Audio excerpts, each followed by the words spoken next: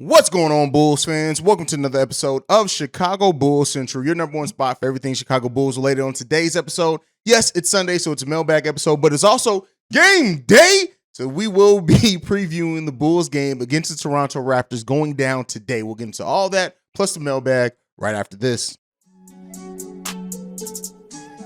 You are now tuned in to Chicago Bulls Central, your number one place for all Chicago Bulls news and content.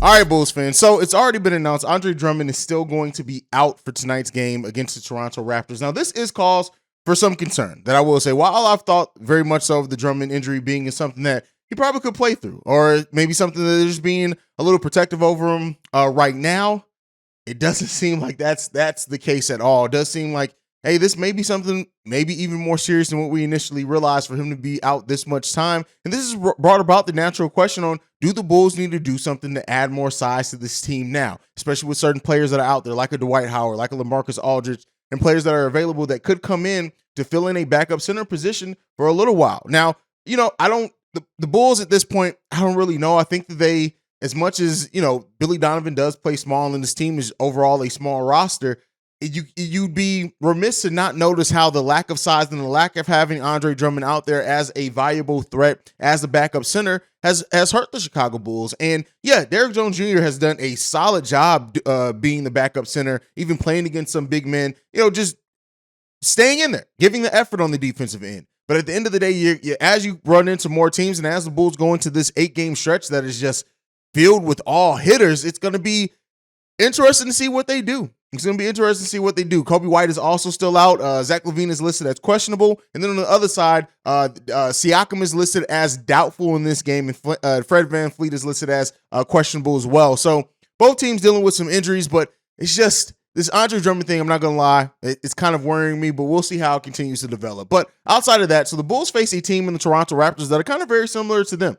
The Toronto Raptors are listed as 16th as the best offensive team in the league, and they're also the 5th best defense in the league, whereas Chicago Bulls are the 10th best defense, and they are the 19th now best offense in the league. So this is a game that can really go either way. It can get into being a scoring game. It can get into being a defensive game down the stretch. And as been the keys for so many of these games lately, the Bulls have to play intense 4 quarters of basketball. This is what they have to do. Whether Zach LaVine's in or out, this team has to figure it out. And, with that being said, if Zach LaVine is going to be missing time, if he ends up missing this game, this is still more reason why you want to get the rookie and Dalen Terry out there a little bit more, because there are going to be times where you have to rely on him. And with Drummond, Kobe out, if Zach does sit, right, we've had the benefit of Zach playing in the last 3 games in a row, but when Zach does miss time, if Kobe and Drummond are still out, you have to look to your depth, and whether that's going to be going to Dalen Terry, whether it's going to be going to a player like Malcolm Hill or something like that, the Bulls are going to have to go a little bit deeper into this. Maybe not in this game, especially if Zach LaVine does play, but to get back on track with this is a game where the Bulls are going to have to be locked in. They're going to have to limit the 3-point shooting and allowing this team to get out on runs by playing that solid defense throughout, even in the starting lineup. You can't wait for the bench to just come in and set the tone every single night, especially when their bench is missing a big part in Andre Drummond, who does get about 9 to 10 points on the bench for this team. So, and then outside of that, just better defense overall, specifically in the middle. The points in the paint that we gave up against the Boston Celtics was just horrible. It was atrocious. I think it was over 50 points in the paint. We cannot allow that amount of points in the paint from this team that is a long, lengthy team that's going to get after it and try to hit threes, try to penetrate and get to the rim as much as they can. The Bulls have to mitigate that and watch that as much as they can. Now, I know it's going to be more difficult without Drummond being in there, but Vooch has been more locked in defensively this season. This is going to be a game where he's going to have to lock in defensively as well as offensively, and we're going to have to get big games from our big 3 if all 3 of them play. Zach LaVine, yes, while dealing with some issues with that knee and trusting it and, not going to the rim as much and avoiding contact, that's all fine and dandy, but you got to then get to the mid-range. You got to get to the free throw line. Do the things that kind of like DeMar does while adding your deadly 3-point shooting. We need this team to step up. And we're also going to have a much better game from Patrick Williams in this one. The turnovers on the travels, those type of heady calls, that can't be done. Again, this is a team in which his defense is going to be needed out there. And even if Pascal Siakam does not play, this still is a team with enough length on that front line That it's Patrick Williams' defense is going to be key in this one, and him hitting his open shots, continue being aggressive. How does Patrick Williams now respond to his first horrible game, probably in a minute? And even though last game against Boston wasn't as bad as some fans make it out to be, how Patrick Williams responds to this? If he goes back to being timid, if he goes back to being passive P after facing some adversity, a lot of adversity in that last game, I think it's going to be telling as well. Billy Donovan's talked about maybe making some changes in the lineups and rotation, so I don't know if it happens this game, but we'll see. At the end of the day, the Bulls need to come in. They need to play solid on both sides of the ball, and that's what we need to see from this team against the Toronto Raptors tonight. With all that being said now, let's go ahead and finally get into the voicemail bag. This one first is from Fred. What's up, Hayes? This your boy Fred again, calling from Louisiana. To me, man, I think the Bulls are doing good. We played good in all our games. We only got blown out by the Cleveland Cavaliers. I think, that Carmelo Anthony or Dwight Howard would be, if we could get them, either one or somehow land both, get rid of Tony Bradley. I think that'll be good. That'll help us also off the bench.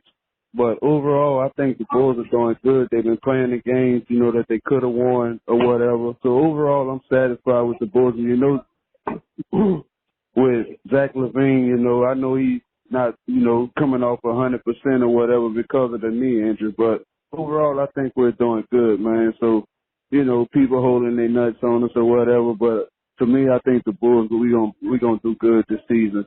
They just got to sit back and watch the show. And Fred asked Dwight Howard or Carmelo Anthony for the Chicago Bulls. And while I've been very keen on, we don't really need Dwight Howard. I don't think the Dwight Howard skill set, when we're fully healthy, is really not needed. I think Drummond covers most of that. And I have said before, I would like Carmelo for his offense. I know some people are, down on Carmelo and think because he's an older player. Carmelo Anthony actually had a pretty good defensive rating last season on his minutes out there. And then also, I think when you look at Carmelo Anthony no longer being the focal point, right? He's not going to be the focal point. But when you look at the natural way that power forwards in this offense get their buckets, it's going to bode well for him. A lot of the corner threes coming there, a lot of opportunities mid-range and slashing wise as well that could present for him. So I still lean more towards Carmelo Anthony. I don't know if the Bulls do either one. If they do, if they know, I think if they have a insight on just how long Drummond could be, if this is going to be an extended injury that lasts another week or two, we may very well see them either play Tony Bradley or go ahead and decide to pull that trigger on maybe using his contract and waiving him to bring in another player. I'm not down on either one of those players. At this point in time, like I said, especially while Drummond is in question, and we're definitely missing that type of impact from the bench. We'll see what the Bulls do. I don't know. This front office likes to play things kind of out, even kill, not really make any knee-jerk reactions, even when it is injuries. And so we'll see if they end up doing something. I don't think that they do. But weirder things have happened, and that's always a possibility. All right, let's get into this next one. This one's from Shay. What's up, Hayes? This is Shay. A lot of people have been talking about Patrick Williams' up and down play recently, and yeah, some of it may be justified. On offense, yeah, he's a little bit inconsistent, but at the end of the day, let's face it, the last two games against Boston and Brooklyn, and a couple of these games, Patrick Williams has been very good defensively. People just look at the box score numbers, and I think you've already admitted this. This is true. I think people just need to look at the actual games and they can see how valuable Patrick Williams has been. Anyway, tell me what you think. Shay, Patrick Williams. I do think that Patrick Williams, like I always say, when players on your own team, you either undervalue them or overvalue them. And there are players that are in starting lineups that I know Bulls fans, I've seen Bulls fans compliment, that don't give what Patrick Williams gives. Now, it's completely inconsistent, and I know he has a whole label of being the 4th overall pick, but Patrick Williams does offer value to this team when he's playing well. The biggest thing that was cause for concern for Patrick Williams, in my opinion, early in the season was the regression on defense. He wasn't even as intense as he was in his rookie season on defense, and that was when you regress in an area that was your area of strength, that starts being a concern to me. Now, I will say we've seen Patrick Williams get back to that. Get back to being a solid defender, get back to being engaged defensively over the course of the last 5 games. So I think that concern that I had has gone away a little bit. But I do want to see, like I said, how Patrick Williams responds after some adversity in the last game, after his critique's been thrown him. People were loving him the game before the Boston game. But now, the Boston game, people are back on the, hey, we need to trade him, we need to do this. How he responds to having a bad game within the locker room. Like, Forget us and me pundits and Bulls Twitter and all this. Forget us, right? How does he respond? How does him and the coaching staff, do they move away from him? We've seen them try to keep him engaged, calling actual plays for them. Do they move away from that now that he's faced some adversity? He had a really bad game against the Boston Celtics, or do they keep it going? But I do think Patrick Williams offers a lot of value to this team, especially defensively, especially being a player that doesn't need and isn't going to fight or get disgruntled by not having a lot of offense called for him. But Patrick Williams has the things that we said. He has to battle for the boards. He has to hit his open shots when he gets them. He has to, be a little bit more aggressive, especially on the defensive end.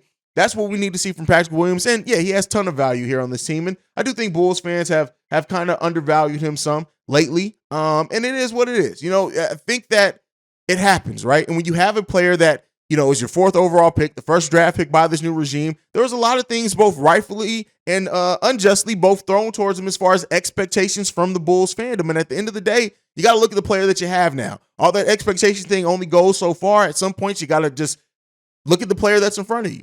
And I think Patrick Williams still has enough to show that he can be a damn good player, but he just has to believe it. He has to show it. He has to be consistent in it. And then the Bulls fandom is going to come around. That's one thing with Bulls Nation. I will say this, as hard as Bulls Nation can be on some players, once it's proven, if you go out there and execute, they're going to fall in love with you, no matter what the expectations were or weren't. So that's what we need to see from Patrick Williams. We'll see if we get it.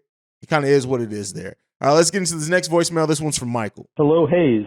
Do you believe the Bulls' terrible first quarters are a result of the roster lacking talent to play defense for 48 minutes? Moreover, how much does poor coaching enter into the Bulls always coming out flat and playing uninspiring ball? Is it my imagination that every team feeds on our weaknesses, but yet we don't exploit our opponent's flaws? This is Michael Korn, Bulls fan since 1966. And last thing I wanted to ask you for your opinion, even though it would be a political editorial potentially, I heard you, boldly state your views on different topics. And this one is the Nets tonight. I can't watch Brooklyn play with conspiracy Kyrie out there. It's seriously depressing. He's spreading Alex Jones BS about Jews. In any case, go Bulls, see red. I'm just hoping this team is not the parallel team of the White Sox this past year that came in really hopeful, never got above 500 really, always had excuses about injuries, just got to the point that their inconsistency really became the nature of the team. I hope that's not the case with the Bulls this season. Hey, thanks for your show. Enjoy listening to your podcast. Thank you very much. Bulls flat first quarters and the reason. I will say this. There's a lot of reasons for the flat first quarters. I do. You can label that a lot on coaching as well. Some of it on coaching. Some of it's just the execution from the players. They seem like they don't come out there with the intensity to just put their foot on people's necks. It seems like you come out there flat. They really are a team that either play down to their competition, play up to their competition, but they also sometimes get away with letting their competition set the tone, and then they a lot of times match that tone, right? They match it, and then they sometimes exceed it as well once the bench comes in. But it seems like they're more lackadaisical so far in the first quarter. But last few games, we haven't had the down first quarter, so it seems like maybe the coaching staff is coaching towards that. You did leave this voicemail before then, so hopefully we're starting to see some changes in those areas for this team overall. And as that continues, of course, it's going to bode well, and we need to not get out to big deficits, and we'll see how this team responds to it. But I do think some of it is definitely coaching. Some of it is the players, and you got to look at your players. Like DeMar has had a couple of slow games this season, unexpectedly. Zach definitely has as well. Vooch has had, after starting off the season being very good, has had a couple of so-so games back-to-back.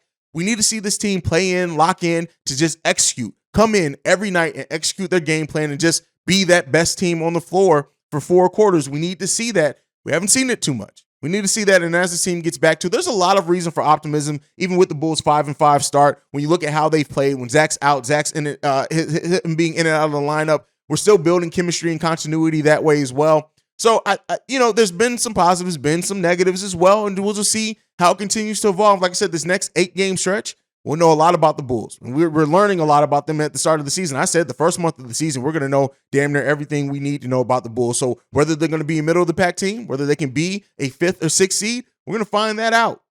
very shortly, and that story is being written right now. But let's get into this last voicemail for today. This one is from Beverly. What's up, Brother Hayes? This is Beverly. And first of all, I love your show, and I follow you also on Locked On Bulls. But look, this is my question because I don't even know where to go with this. First of all, do you think that the Bulls are trying to tank so that they could get that number one draft pick? I can't think of his name. The 7-foot guy. But anyway, he's good from three and from in the post. So, and then my second question is, why do you think it is that the Bulls, the players on the Bulls teams that leave and go other places seem to all of a sudden learn how to play basketball? And, you know, like I was looking at Lauri Markkanen today, and he's with, Utah Jazz. And, I mean, he looks like a totally different player. He scored 31 points tonight. He was hitting it from three. He'd be banging in the post. Like, we could barely get him to do anything when he was with the Bulls. He always wanted to, you know, run out to the 3-point line. But anyway, I just want to know what your thoughts are about that. And do you think that the Bulls as an organization need new coaches? Because it seems like other teams can take our players and, you know, make, if not superstars, they can make, really nice role players out of them. So anyway, that's my question, and take care. Bye. Now, it's funny because honestly, this is the first voicemail that I got on this, and I honestly expected more. When you look at the Lonzo news and him not playing, and the Zach LaVine and the not playing in back-to-backs and holding them out certain games, somebody was going to ask, are the Bulls trying to tank for Victor Wembanyama? I don't think so. Now, I will say this, if the Bulls are around a 500 team around the trade deadline, I wouldn't be surprised if they go ahead and we start seeing more rest days and they just say, hey. But at the same time with that, though, let me take that back. Let me run that back on that. Because the Bulls don't own their own first-round pick. So, no, I don't think the Bulls are trying to tank. I actually had to think about that and correct it. The Bulls can't tank. Because if they do, that pick goes to Orlando. I think it's top 3 protected. So, literally, we would have to be one of the worst teams in the league and lock in one of those top 3 picks for us not to get it. And I just don't see this front office risking that chance. I don't see this team being a team that is going to try to tank in either way. So, no, I'll have to say with that, no, I don't think the Bulls are trying to tank. It wouldn't benefit them anyway in any shape, form, or fashion to really tank unless they just are sure they can get one of those top 3 picks. And I doubt that they can with how bad some of these teams look so far this season. But to your second question, why do former Bulls go to other teams and basically develop? And I think that plays in the part in what I've said about Patrick Williams, right? Is that so many Bulls fans, they do that all the time. We trade players away and then be like, oh, shouldn't we have kept them? Shouldn't we have kept them? Shouldn't we have done this? Shouldn't we do this? It happens, right? It happens. And so, like with Lauri, he's benefiting definitely from being on a team with not much expectations and a lot of things going through him. He didn't have that towards the end of his Chicago Bulls run. They stopped going through Lauri as much as they did, and even in Cleveland. They didn't really go through Lauri in Cleveland. Daniel Gafford's kind of come back down to earth. He's now no longer a starter for them. He's come back down to earth. He's still a very damn good player, and I would still love to have him off the bench for us, but not at the contract he's making. Wendell Carter Jr., I've gone very heavily into Wendell and how his percentages are almost the same. He's just benefiting off more chances and a higher usage rate than what he had with the Bulls. But even then, Wendell has definitely grown some shooting-wise. He's grown some defensive-wise. And again, this is why you don't give up on young players. And a player that's 21 like a Patrick Williams, at this front office and what they're showing, I think, is that they're going to continue to invest in him for a while, as they should, because you never know when these players are going to hit. You never know when it's going to click for some of these players. Patrick Williams has played one full season and a partial, right? So it's still a lot of growth left to be in a player that just has not played basketball that long in their life as well, when you look at him being late to a late blossomer when it comes to basketball in general. So, you know, I think that when Bulls fans and how they see and how we look at other players as they went to other teams should show us why we need to be a little bit more patient with Patrick Williams and really see and give this guy time. The front office is going to do it regardless. So Bulls Nation can whine and complain all they want about Patrick Williams needing to go. He's going to be here for a long time because this front office wants to see that potential through as long as they can, and I think that they're going to do so. Now, to the last question, do the Bulls need new coaches? I would say, as far as the way that you phrase this, I think you're talking about development coaches. I think that they went a long way in adding an assistant coach to the Windy City Bulls that was one of the best trainers over in Europe. But I do think, and this is one of the things that I've called out lately, like we really aren't seeing the young players on this team really develop to the way that we want. Dalen Terry's not getting any minutes. Kobe hasn't developed any. Marco definitely hasn't. Patrick Williams is getting back to just the point he was in his rookie season. Io has. Again, I don't really rest that on Billy Donovan or the coaching staff because Io was a older rookie, but I do want to see more development from this team. I do want to see that. And that's really that's what separates teams that can compete now that will compete forever, is because they have those pieces. Not only do they draft well and they hit on their potential, but they are able to cultivate and bring the best out of that potential for players. Even if they don't necessarily hit the ceilings that they initially thought, they still get a lot of talent out of players. And so that is a cause for concern, especially for a team that is betting on some of these young players hitting for the growth of this team. I do want to see a little bit better development, and I do put some of that on the coaching staff as well. But you guys can let me know what you think on this and all the topics down below. Thank you for tuning in to Chicago Bulls Central. You can follow the show at Bulls Central Pod. You can send us any feedback, questions, comments, concerns, bullscentralpod@gmail.com. Lastly, if you want to leave a text and or voicemail, the number to do so, 773-270-2799. We are the number one spot for everything Chicago Bulls related because of you guys. And like I like to end every episode on, go Bulls. Love you guys. Peace, y'all. And see Red, because it's game day. This has been a presentation of the Break Media.